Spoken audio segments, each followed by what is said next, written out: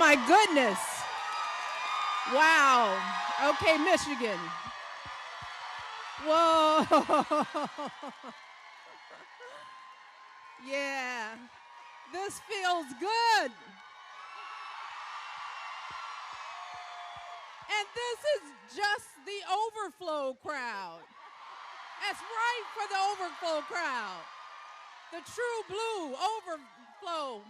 Look, we didn't want to leave you just overflowing here by yourselves.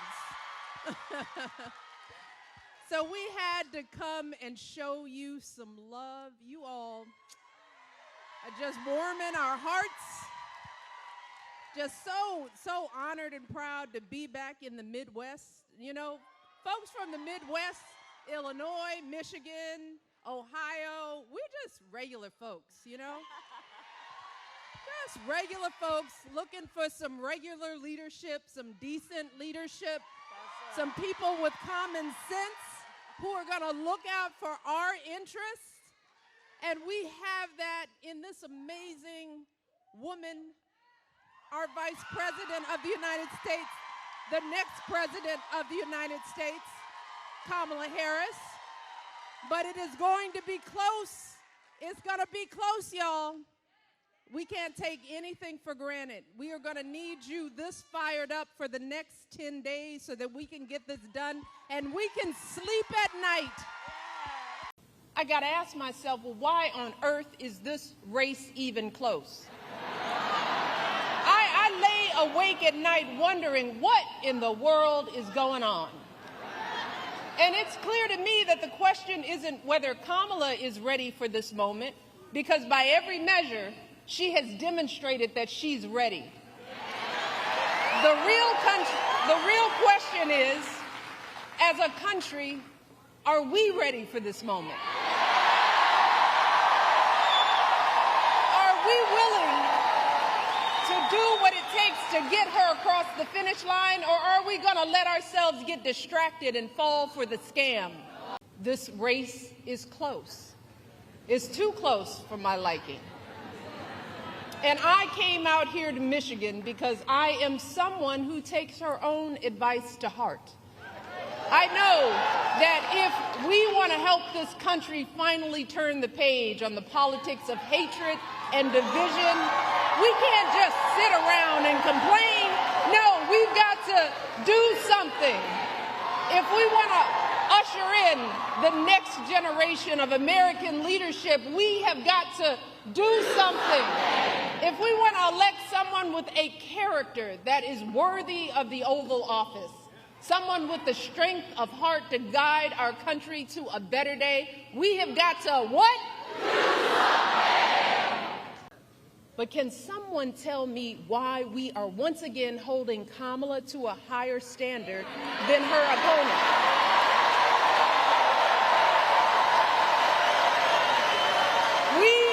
We expect her to be intelligent and articulate, to have a clear set of policies, to never show too much anger, to prove time and time again that she belongs. But for Trump, we expect nothing at all. And finally, y'all, who could possibly think that this man would care more about our men and boys more than Kamala Harris? And while we're at it, I want to think about who do you think possibly would care more about our reproductive health? So please, please do not hand our fates over to the likes of Trump, who knows nothing about us, who has shown deep contempt for us. Because a vote for him is a vote against us. It is my pleasure to welcome to this stage the next President of the United States, Kamala Harris.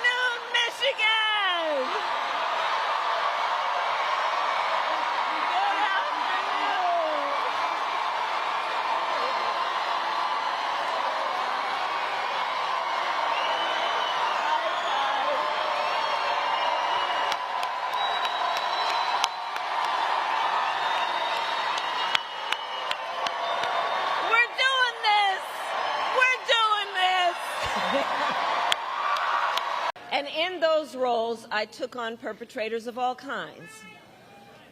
Predators, fraudsters, and repeat offenders. I took them on, and I won.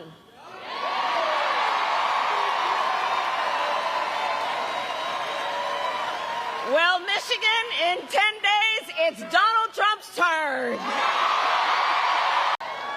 And make no mistake, we will win. We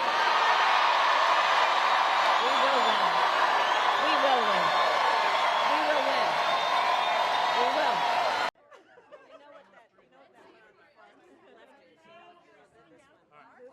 So when that was my first day after I was inaugurated DA, which was my first position, and I got into the office and I challenged the incumbent when I ran, and he didn't leave me any furniture. Oh, wait, so you had to sit. All right, there. Hi guys, how are you? I think are we sitting? Do you want to sit? Can we sit? All right.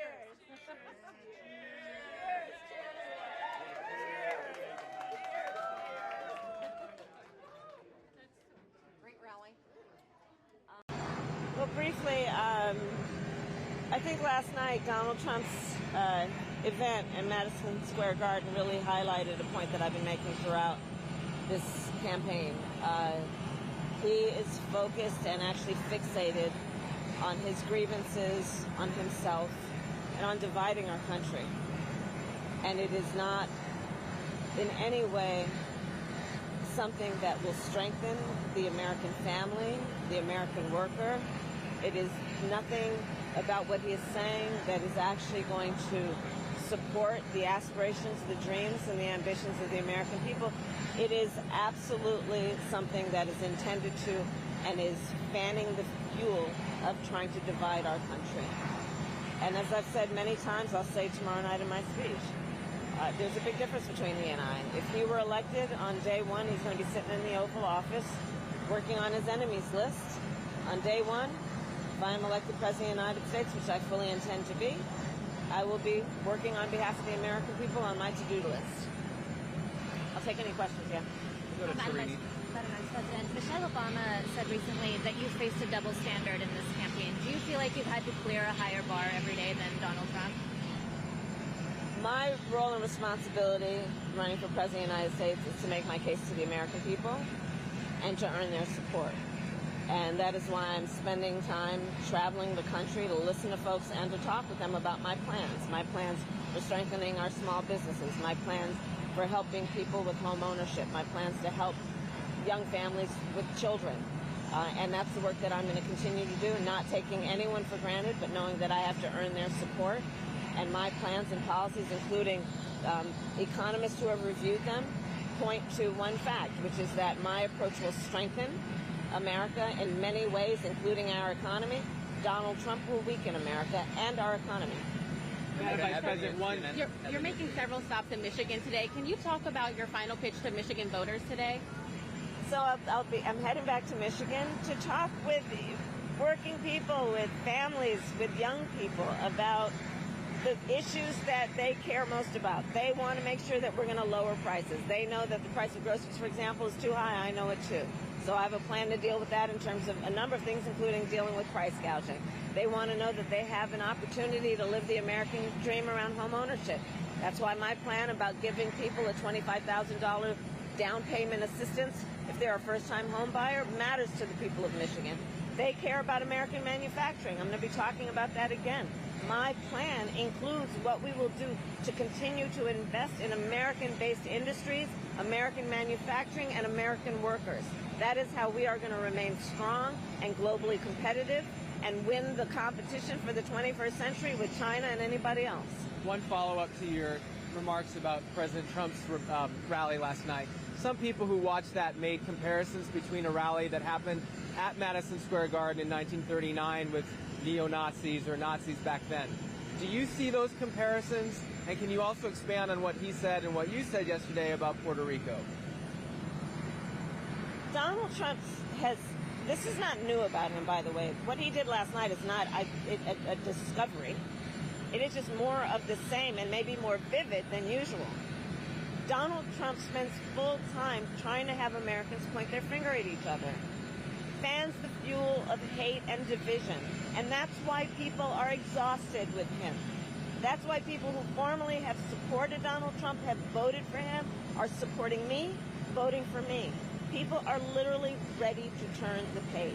They're tired of it. In terms of Puerto Rico, even when I was in the United States Senate, knowing that Puerto Rico does not have a United States Senator, I was intentional about doing what I could as a United States Senator to make sure that among my priorities, it included paying attention to the needs of the people on that island, including the aftermath of Hurricane Maria.